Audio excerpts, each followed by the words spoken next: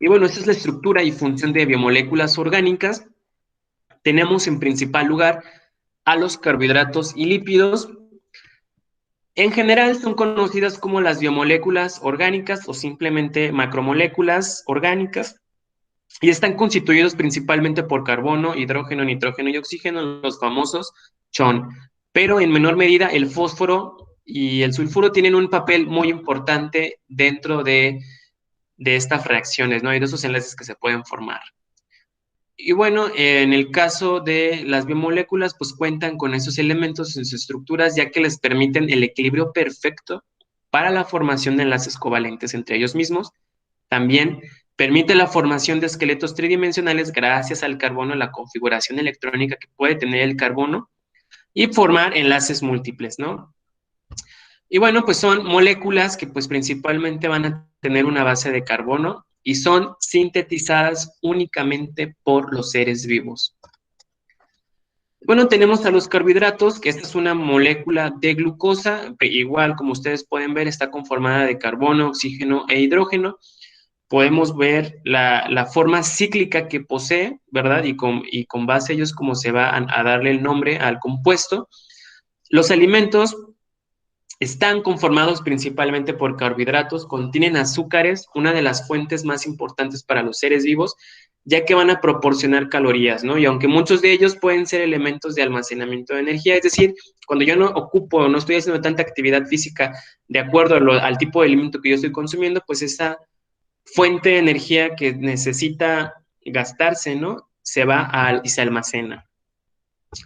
Entonces sí, están ligadas a átomos de hidrógeno y oxígeno y la fórmula general es la que ustedes pueden observar aquí, lo cual indica que por cada átomo de carbono existen 2 átomos de hidrógeno y 1 de oxígeno en su conformación molecular general. La combinación de los carbohidratos más simples son conocidos como monosacáridos. Recuerdan que en la presentación del carbono hablábamos de que existen polímeros y monómeros, pero de manera general, en este caso, los monómeros para los carbohidratos se conocen como monosacáridos y pueden ser glucosa, fructosa, galactosa y ribosa, que pues se nombran también de acuerdo a la cantidad de carbonos que pueden tener y a los grupos funcionales que pueden formar. Esto ya son de bioquímica, pero sin embargo hay que tener la noción, ¿no? De que con base a la unión de estas moléculas, pues se van formando nuevas moléculas. Por ejemplo, con la molécula de glucosa se van a formar polisacáridos, ¿no? Al momento de que se van uniendo, pues se van formando diferentes estructuras. En el caso de los disacáridos, es una molécula de glucosa y otra de glucosa, pues forman manosa. Una de glucosa y una de fructosa forman la sacarosa y así sucesivamente podemos obtener múltiples nuevos compuestos.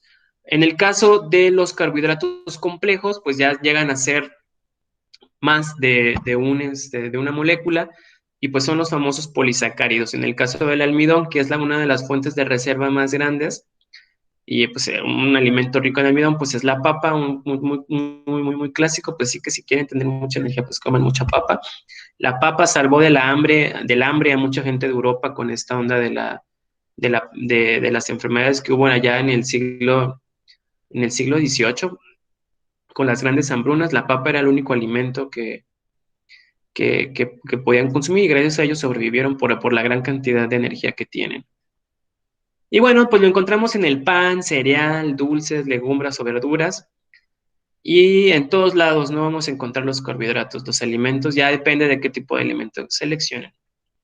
Y bueno, existe la participación muy importante de enzimas al momento de degradar las moléculas. Existe una enzima en especial para cada compuesto, ¿no? Así tenemos, por ejemplo, la amilasa. Cuando yo refiero a una enzima, pues una enzima es una molécula orgánica que actúa como catalizador de reacciones químicas, es decir, o van a acelerar la velocidad de la reacción, ¿no? Para que sea más rápido. Entonces, tienen la capacidad de cortar, ¿no? Prácticamente lo que van a hacer es que van a cortar esos grandes compuestos y se van a formar sustratos y productos, ¿no? Y bueno, en el caso de la amilasa, bien, aquí lo pueden observar con las tijeritas. La amilasa, pues es una enzima hidrolasa que pues específicamente tiene la función de catalizar la reacción de hidrólisis entre las unidades de glucosa.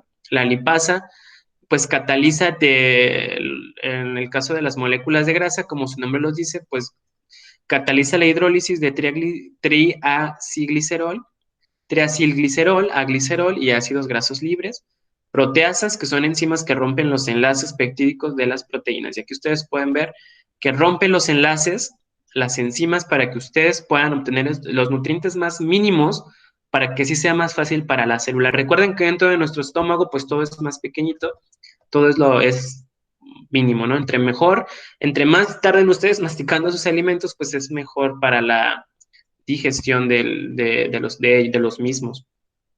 Es un proceso complejo, desde que comemos nuestros alimentos hasta que llega la parte final, ¿no? Con la parte de la absorción de los nutrientes en el duodeno y en el yeyuno, pues es hasta ahí donde va a generar toda la gran parte de la digestión. También existen sustancias químicas de mucha importancia, como por ejemplo el jugo gástrico, que es ácido clorhídrico que contenemos en el estómago y que va a ayudar a hacer que las grandes partículas, ¿no? Los grandes trozos de carne que todavía llegan a nuestro estómago, pues todavía sean partidos, no sean todavía divididos en partes más pequeñas. Entonces hay que valorar mucho el esfuerzo que realiza en nuestro sistema digestivo, que es muy importante y crucial. Aquí está el ejemplo de la insulina, que es una hormona producida por las células de Langerhans del páncreas y que sale pues principalmente pues, a torrente sanguíneo para darle la puerta a la célula para que entre la glucosa. Y cuando no existe tanta insulina en sangre, pues la glucosa anda corriendo ahí por la sangre y las personas pues empiezan a tener ciertas reacciones que son muy estudiadas y que ya se sabe, ¿no? Y además, pues, de que causa la enfermedad de la diabetes. Y bueno, y si la glucosa no es utilizada, pues se va a almacén, ¿no? Y se llama glucógeno, es decir, que ahí va a estar en reserva energética para cuando ustedes decidan correr alguna emergencia o algo, pues ahí va a estar. Y si no han comido, ahí va a haber un pequeño, o puede dos, o se desmayan, o puede que su cuerpo utilice la reserva energética que tiene ahí con especial cuidado. En el caso de los lípidos, pues tienen más carbono e hidrógeno y poco oxígeno. Y como tienen poco oxígeno, esto va a hacer que pues no se unan las moléculas con el agua, ¿sí? Porque recuerden que los enlaces necesitan unirse, ¿no? Entonces, si no hay oxígeno y el agua requiere el hidrógeno, se requiere unir con el oxígeno, pues no necesariamente va a suceder en el caso de los lípidos, ¿sí? Aquí podemos ver, cuando veamos, yo les comentaba que cuando en el caso de las sustancias heterogéneas, cuando se combina aceite con agua, se ve claramente una diferencia abismal, pero si nosotros tuviéramos un microscopio más pequeñito, nosotros pudiéramos ver que efectivamente las primeras moléculas de agua con las primeras moléculas de grasa se van a unir hasta que se agoten los oxígenos que tienen en la cabecita, así que son los que ustedes pueden observar aquí, que es este ácido graso. Entonces, hasta ahí, pero por ejemplo, lo demás, aquí en esto ya no hay oxígeno, ¿sí? Es puro carbono e hidrógeno. Entonces no se pueden unir, esta parte no se puede unir con el agua porque necesitamos encontrar más enlaces para que se puedan unir con el hidrógeno. Entonces los lípidos pues tienen múltiples funciones en el cuerpo humano, están formados por cadenas alifáticas saturadas o insaturadas. En general son lineales, pero también tienen anillos aromáticos. La mayoría de los lípidos tienen un tipo de carácter no polar, poseen una gran parte de apolar o de hidrofóbico, es decir, que le temen al agua o rechazan al agua, lo que significa que no interactúa bien con solventes polares como el agua, pero sí con gasolina, éter o cloroformo, que pues son apolares.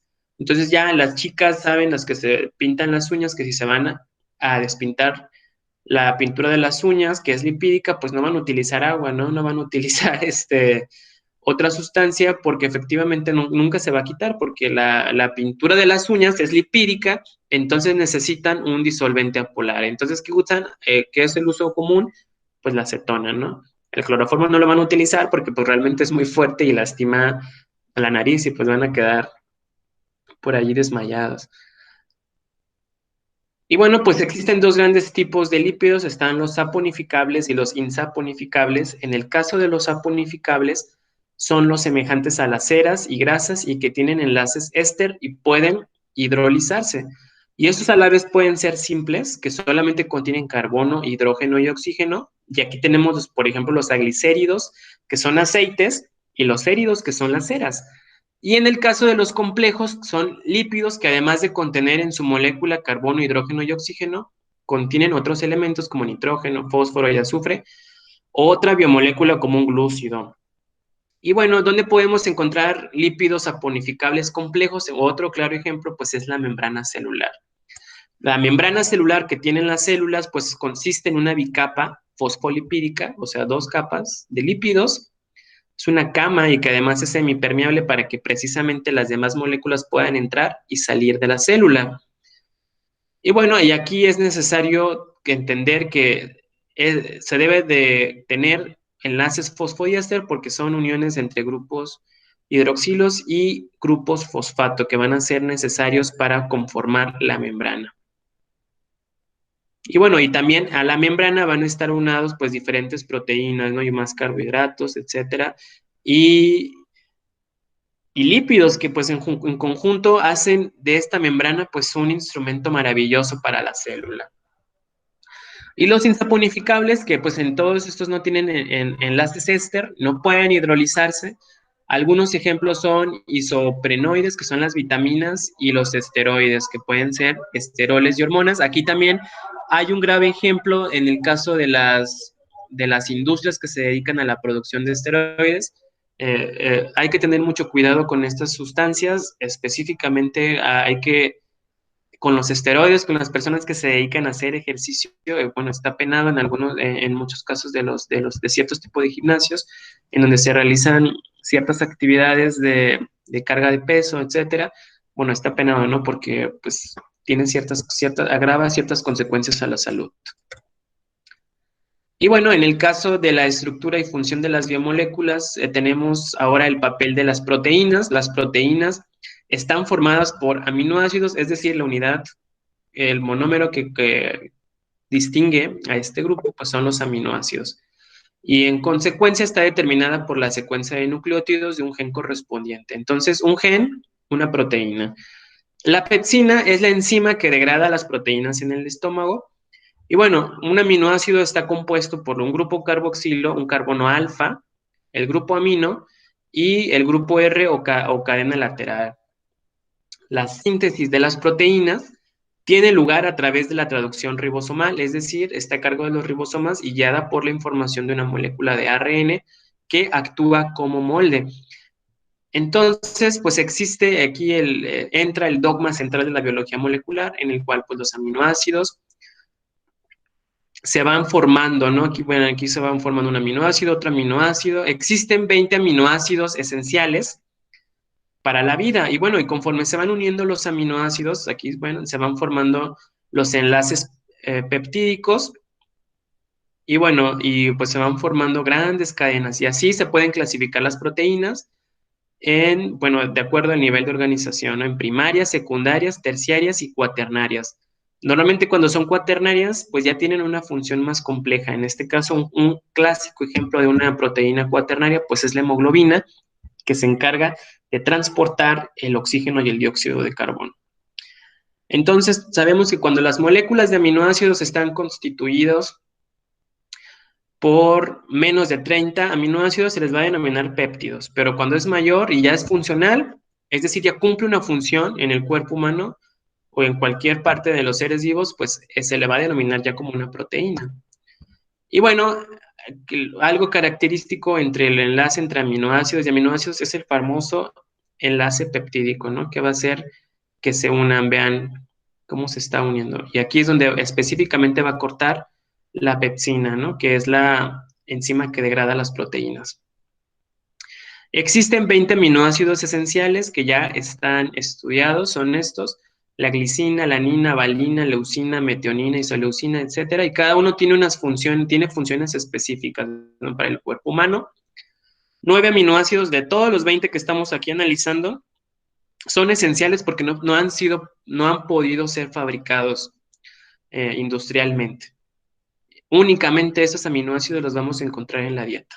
el triptófano, treonina, valina, lisina, leucina, metionina, histidina, fenilalanina y isoleucina. Tienen múltiples funciones, aquí están de reserva. Esto es lo que tal vez las personas que van al gimnasio mencionan, que cuando se rompe para alimentar y romper el músculo, pues la principal función en este caso es estructural, ¿no? Si es de colágeno, elastina, queratina y mucoproteínas, ¿no? Donde va a formar tendones, hueso, cartílago, piel, etc. Y así es cuando ya va haciéndose más dura, se van haciendo más duras las capas de piel, ¿no? Que se van rompiendo. De reserva, de hormonales, el de transporte, de defensiva, contráctiles y enzimáticas, etcétera. Tienen múltiples funciones.